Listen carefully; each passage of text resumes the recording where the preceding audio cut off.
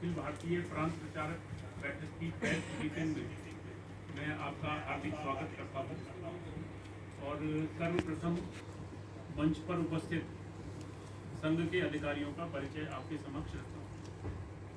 सर्वप्रथम press briefing जिनके माध्यमों से होने वाली है, ऐसे आदरणीय सुनील आंबेकर जी, आप संघ के प्रचारक हैं और वर्तमान में आप राष्ट्रीय स्वयंसेवक संघ के अखिल भारतीय प्रचार प्रमुख के दायित्व का निर्वहन कर रहे हैं। आपका केंद्र हैदराबाद है। आपके साथ ही दाईं ओर आदरणीय नरेंद्र ठाकुर जी, आप संघ के प्रचारक हैं और वर्तमान में राष्ट्रीय स्वयंसेवक संघ के अखिल भारतीय सह प्रचार प्रमुख हैं। आपका केंद्र दिल्ली है। सुनील जी के बाईं ओर आदरणीय प्रदीप जोशी जी, आप भी संघ के प्रचारक हैं और वर्तमान में राष्ट्रीय स्वयंसेवक संघ के अखिल भारतीय सह प्रचार प्रमुख हैं। आपका केंद्र चंडीगढ़ है। साथ में श्रीमान मनिंदर जी, आप अखिल भारतीय टोली के सदस्य हैं। आप सबको जैसे जानकारी है कि 4, 5, 6 जुलाई को प्रांत प्रचारक बैठक दिल्ली में हो रही है और उसके बारे में जानकारी देने के लिए मैं आदरणीय सुनील आंबेकर जी को निवेदन करता हूं कि वो इस विषय पर हम सबको जानकारी दें। आदरणीय सुनील जी। सभी को नमस्ते। प्रतिवर्ष राष्ट्रीय स्वयंसेवक संघ की कुछ बैठकें होती है। उसी क्रम में आगामी कल से 4, 5 और 6 जुलाई को प्रांत प्रचारक बैठक का आयोजन हो रहा है। ये बैठक अखिल भारतीय बैठक है और पूरे देश भर से संघ की जो प्रांत की रचना है, जिसमें 46 प्रांत होते हैं, उस सभी प्रांतों के प्रांत प्रचारक, सह प्रचारक इसमें आते हैं। बैठक में मुख्यतः संगठनात्मक चर्चा होती है। संगठन के कार्य के बारे में मुख्यतः चर्चा होती है कि कैसे हर प्रांत में कार्य हो रहा है, वहाँ पर किस तरीके से कार्य का विस्तार हो रहा है और जब संगठन की जो रचना है प्रांत विभाग में, जिला में, अलग अलग नए नए जगहों पर कैसे जा रहे हैं और अपने काम को स्थानीय परिस्थिति के अनुसार आगे बढ़ाने में उनको क्या क्या अनुभव आ रहे, क्या समस्याएं आ रही है, उसके समाधान के बारे में भी चर्चा इस बैठक में होती है। और इस बैठक में स्वाभाविक ही अपने परम पूजनीय सरसंघचालक जी डॉक्टर मोहन जी भागवत और माननीय सरकार्य दत्तात्रेय हुसबली जी, उनकी मुख्य उपस्थिति होती है और उनका मार्गदर्शन सभी प्रांत प्रचारक, सह प्रांत प्रचारक सभी को प्राप्त होता है। और इस दृष्टि से सभी जो संघ के कार्य विभाग है, तो संघ के कार्य की दृष्टि से तो उस संदर्भ में भी जो सारे विषय होते हैं तो उनके बारे में भी चर्चा होती है, क्योंकि संघ के कार्य विभाग के जो विषय होते हैं, जैसे बौद्धिक कार्यक्रम पूरे वर्ष भर देश भर में सर शाखा में चलता है और संघ की शाखाओं पर शारीरिक कार्यक्रम भी होते हैं, तो उन सब के बारे में जो भी सुझाव आते हैं, फिर उसमें जो भी बदलाव होते हैं, उनकी चर्चा भी प्रांत प्रचारक सब लोग यहाँ इस बैठक में करते हैं। स्वाभाविक ही इन चर्चाओं के साथ फिर कार्य विभाग भी प्रमुख रहते हैं, तो उसमें जो भी बदलाव होंगे उसकी भी चर्चा उनके साथ होती रहती है समय समय पर। अभी विशेषकर जब जुलाई में सभी इस बैठक के लिए आते हैं, तो वो संघ के जो प्रशिक्षण वर्ग है उनको पूर्ण करके आते हैं। तो जैसे आपको मार्च में सूचना दी थी कि संघ के विभिन्न स्तर के जो प्रशिक्षण वर्ग है, यानी अभी नई रचना के अनुसार प्रारंभिक वर्ग जो 3 दिन के होते हैं, प्राथमिक वर्ग जो 7 दिन के होते हैं और उसके पश्चात संघ शिक्षा वर्ग जो 15 दिन के होते हैं, कार्यकर्ता विकास वर्ग प्रथम वो 20 दिन के होते हैं, और कार्यकर्ता विकास वर्ग द्वितीय वो नागपुर में ही होता है, पूरे देश भर का अखिल भारतीय होता है, वो एक होता है पूरे देश भर में, वो नागपुर में होता है। तो लगभग इस वर्ष ऐसे सारे जो वर्ग है, तो 100 वर्ग का आयोजन इस वर्ष संपन्न हो चुका है।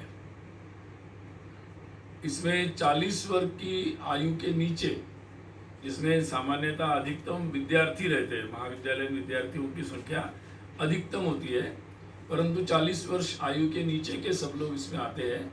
तो ऐसे लगभग इसमें 75 वर्ग इस तरह से थे, और 25 ऐसे वर्ग थे जिन वर्गों में 40 से 60 के बीच आयु के जो स्वयंसेवक है, जो अलग अलग प्रकार के जिम्मेदारियां वहन करते हैं, उनको उसमें बुलाया गया था।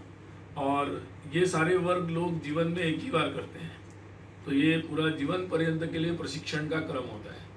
तो वो क्रम अभी पूरा हुआ है, और 2 वर्ष पहले हम लोगों ने नई वर्ग की रचना और नए पाठ्यक्रम बनाए थे, तो उसके अनुसार ये सारे वर्ग अभी संपन्न हुए हैं।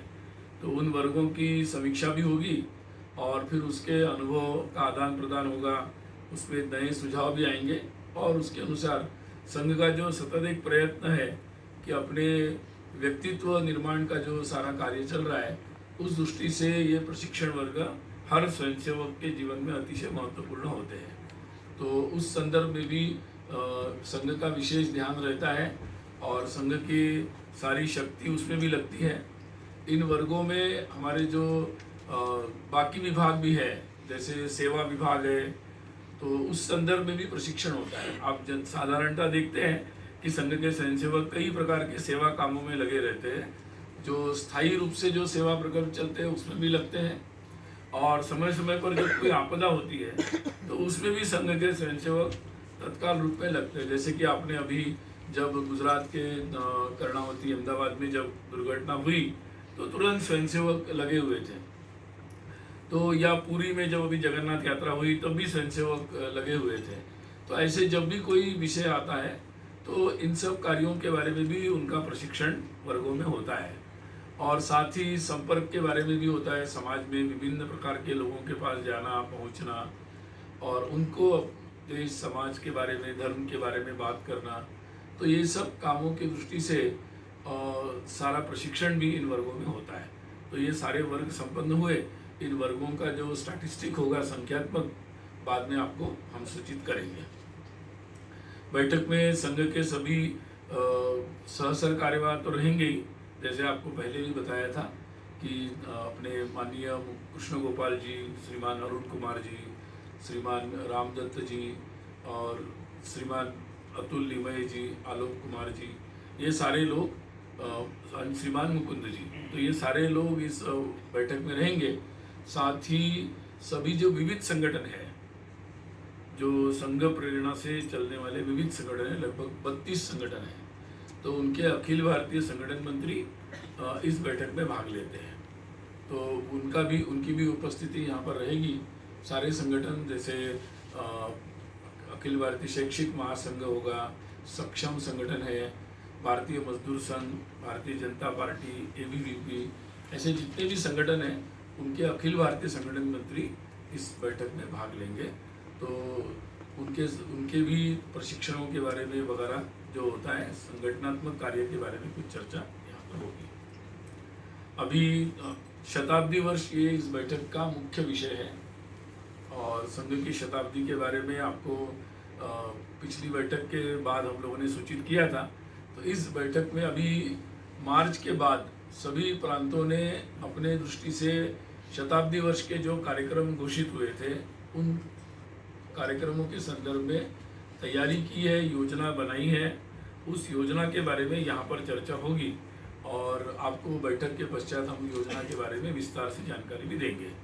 जैसे कि आपको बताया था कि देश भर में खंड, बस्ती और मंडल के स्तर पर, यानी छोटे से इलाके में ये सारे हिंदू सम्मेलनों का आयोजन होगा, जिसमें समाज के महत्वपूर्ण विषयों पर चर्चा की जाएगी।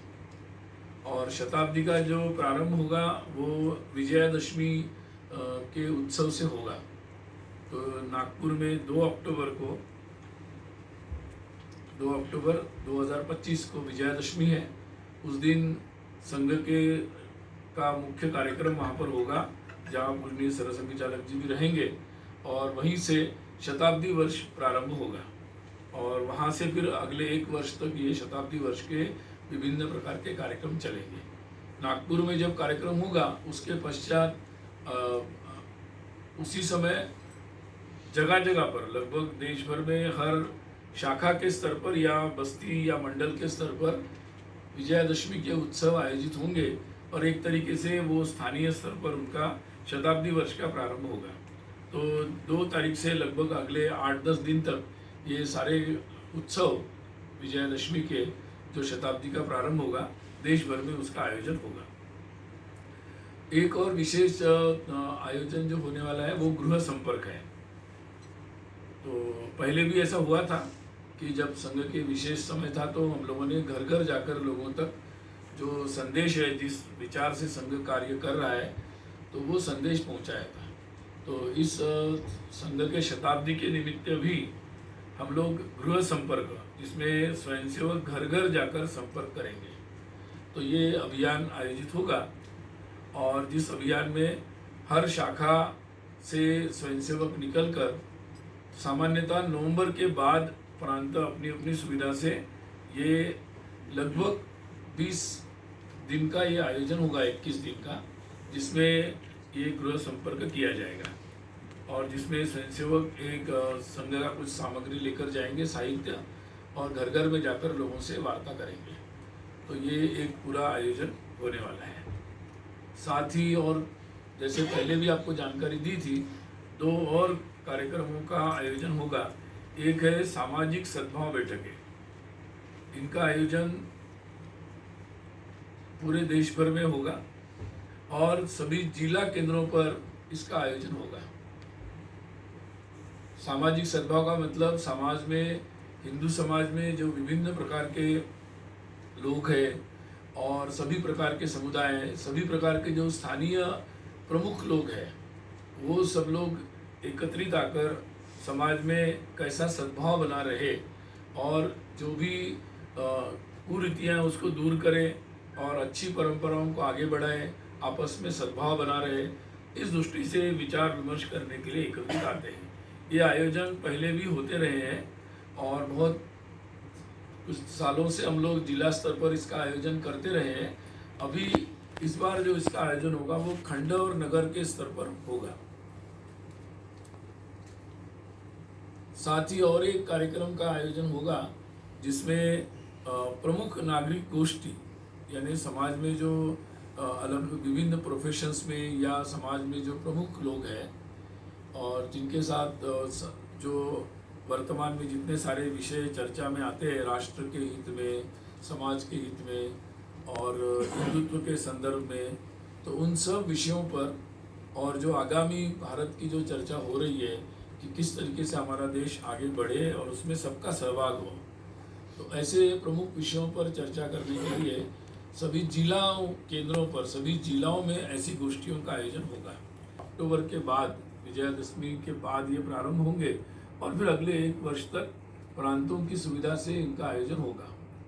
विशेषकर युवाओं के लिए ऐसे विशेष कार्यक्रमों का आयोजन होगा। जिला के स्तर पर सामान्यतः ऐसी योजना है, परंतु जैसे उसकी विस्तृत योजना बनेगी आपको बताएंगे।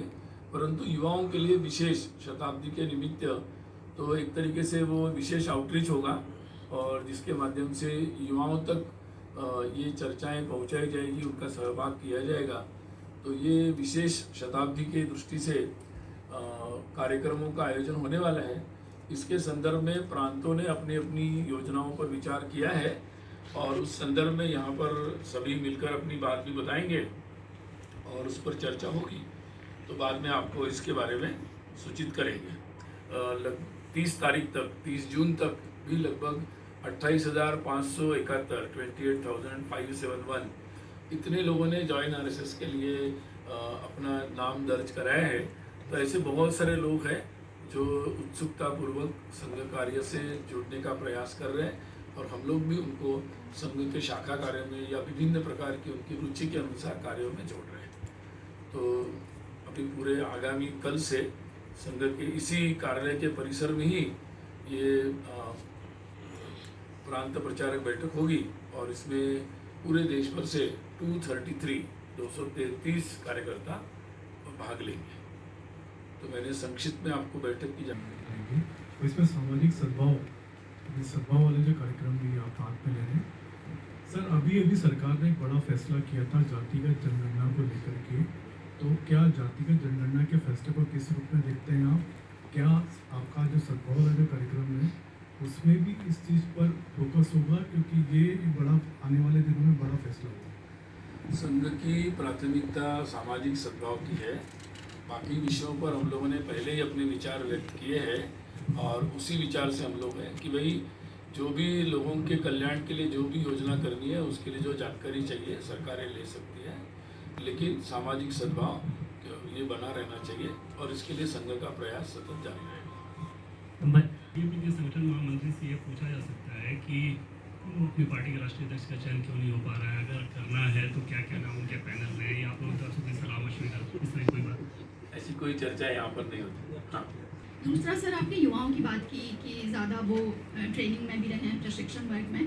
क्या ये बदलाव 2014 के बाद आपने देखा है, जब से केंद्र में सरकार आई है, ज़्यादा युवाओं का रुझान दिखा है? और सर एक आखिरी सवाल, प्रश्न पूछो सर इसी में सब संगठन से ही जुड़ा है। संघ का टारगेट था कि जब शताब्दी वर्ष होगा तो सब जगह संघ की पहुंच होगी, देश भर में शाखाएं होंगी। तो टारगेट कितना अचीव हुआ है, कितनी % जगह तक शाखाएं हो रही हैं, और सबसे अच्छा कहाँ हो रहा है और कहाँ ऐसा है जो सबसे वीक है अभी, जहाँ फोकस की जरूरत है? तो ने मुख्यतः संघ के विस्तार के बारे में आपको हमने मार्च में जानकारी दी थी। अभी आपको हम लोग अक्टूबर में जानकारी देंगे, पूरी विस्तार से आंकड़े देंगे, लेकिन इतना बता सकता हूँ कि जैसा हमने सोचा था तो उस दृष्टि से काफ़ी अच्छा विस्तार, सारे स्वयंसेवकों ने अपना मतलब शक्ति लगाई, समय भी दिया है और उस कारण से संघ की शाखाओं का जो विस्तार हमें अपेक्षित था वो हो रहा है।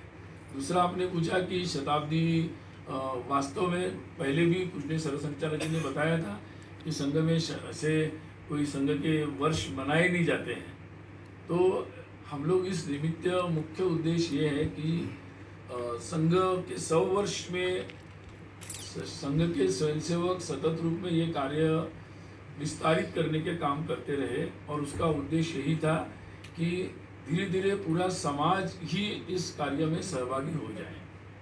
तो अगर सबसे बड़ी बात अगर मैं ये कहूँ तो शताब्दी वर्ष का उद्देश्य यही है कि कैसे पूरा समाज, जो समाज परिवर्तन के जो सारे कार्य है उसमें पूरे समाज की सहभागिता को कैसे बढ़ाया जा सकता है, और इस दृष्टि से हमने पंच परिवर्तन का मुद्दा लिया है मुख्य रूप से।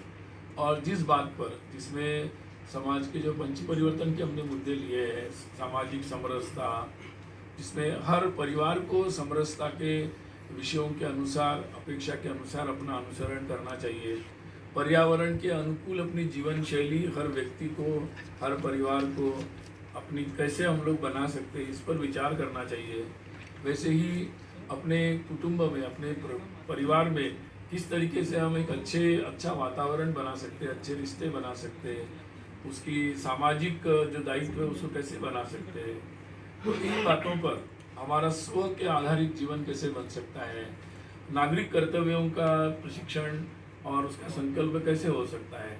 तो ये जो सारे विषय है, इन विषयों पर समाज की दृष्टि से कैसे पहल हो सकती है और स्वयंसेवक समाज के द्वारा ये पहल हो, इसमें क्या भूमिका निभा सकते हैं। तो इस बात को ही आगे बढ़ाने के उद्देश्य से विशेषकर ये सारे कार्यक्रम हैं संघ को। सर इसमें इसको जोड़ते हुए ये देखा जा रहा है कर्नाटका की तरफ से बहुत अटैक हो रहा है संघ पर। प्रियांक खड़गे हैं, मल्लिकार्जुन खड़गे के बेटे, मिनिस्टर भी हैं कर्नाटका सरकार में। उन्होंने कहा है कि अगर हम सत्ता में आते हैं संघ को बैन कर देंगे। कांग्रेस की सबसे बड़ी गलती थी संघ से बैन हटाना, और कैंसर से संघ को इक्वेट कर दिया है। किस तरीके से इन बयानों को देख रहे हैं आप? देखिए, संघ एक सामाजिक संगठन है और हम सब टीका टिप्पणी के साथ ही समाज से बहुत बड़ा वर्ग है जिसको ये विषय संघ के साथ वो जुड़ रहे हैं, संघ का समर्थन कर रहे हैं, और संघ ने जो सकारात्मक विषय उठाए हैं एक समाज परिवर्तन के, देश को, राष्ट्र को आगे बढ़ाने के, देश के स्वाभिमान के, इन विषयों के साथ बहुतायत लोग इससे जुड़ रहे हैं, इसका समर्थन भी कर रहे हैं। और मुझे लगता है कि हम अपने काम को निश्चित रूप से जो लोगों का समर्थन मिल रहा है उससे लोग इस बात को कैसे देखते हैं या संघ को कैसे देखते हैं, इसके बारे में मुझे लगता है बहुत सारी बातें स्पष्ट हैं। और समय समय पर इन बातों पर हम जब आवश्यक होता है तो विचार करते रहते हैं। सर, मेरा नाम रविकांत राय है, मैं टाइम्स नाउ नवभारत से हूँ। कांवड़ यात्रा को लेकर कई राज्य, आज का हमारा जो आयोजन है वो मैं केवल बैठक का ब्रीफ करने के लिए आया हूँ, ये भी सर समाज तो से आप जुड़ा लोग हुआ है। उसी पर सीमित रहेंगे तो ज़्यादा अच्छा रहेगा। बाकी मुझे लगता है कि देखिए, देश में धार्मिक आयोजन, हमारे देश में बहुत बड़े बड़े आयोजन होते हैं और बहुत सुचारू रूप से होते हैं। हमारे बहुत बड़े बड़े मंदिर हैं जिसमें लाखों लोग आते हैं, उनके भी आयोजन बहुत सुचारू रूप से होते हैं। बाकी प्रशासनिक मामले हैं, हमारे देश में न्याय व्यवस्था है, बहुत सारी व्यवस्थाएं हैं। तो मुझे लगता है कि पर्याप्त जगहें हैं इन सब बातों का विचार करने के लिए। बाकी सामाजिक तौर पर सद्भाव बना रहे, इसके लिए हम सतत रूप में ज़मीन पर प्रयास करते रहते हैं। तो ये है कि चुनाव आयोग जब भी कोई चुनाव आते हैं तो उनकी बहुत ही एक सामान्य सी प्रक्रिया है कि वो अपनी चुनाव की सूचियां स्पष्ट रूप से लोगों के सामने रखते हैं और उसके बाद जो भी लोगों की कंप्लेंट्स होती है या जो भी उसमें नाम जोड़ना होता है, प्रक्रिया चलती है। मुझे लगता है कि ये एक सामान्य प्रक्रिया चल रही है। बाकी फिर बाकी विषयों पर क्या कमेंट करें। वो बहुत ही स्पष्ट है। उन्होंने जो 50 वर्ष आपातकाल के 50 वर्ष होने पर आपातकाल में क्या क्या घटित हुआ, जैसे जेलों में लोगों पर अत्याचार हुआ, वैसे राजनीतिक तौर पर क्या बातें हुई, संविधान के साथ क्या अत्याचार हुआ, तो उन्होंने सभी प्रकार के जितने अत्याचार थे उनका स्मरण किया है। और निश्चित रूप से 50 वर्ष के निमित्त इन अत्याचारों पर चर्चा होनी चाहिए, उसमें से कौन सी बातों पर क्या करना चाहिए, इसकी डिबेट होनी चाहिए। ये बात उन्होंने उठाई है तो उसको उसी अर्थ में लेना चाहिए। सर, सामाजिक संगठन है और संघ राजनीतिक दल की तरह काम नहीं करता। तो संघ एक ज़मीनी स्तर पर ऑर्गेनिक तरीके से अपने कार्यकर्ताओं के द्वारा समाज से संपर्क करते हुए जाता है। तो संघ की प्रक्रिया में पूरा समाज ही हमारी दृष्टि में है और यही कारण है कि आज संघ का कार्य इतना देशव्यापी हो रहा है, देश के हर कोने में जा रहा है। तो मुझे लगता है कि ये राजनीतिक तौर पर ये प्रश्न चर्चा रहते संघ को स्पेयर कर दे। संघ अपने तरीके से समाज के हर वर्ग को जोड़ रहा है, हर तरह से लोग इसमें शामिल हो रहे हैं। तो संघ को संघ के समाज दृष्टि से ही देखने से समझ में आ सकता है।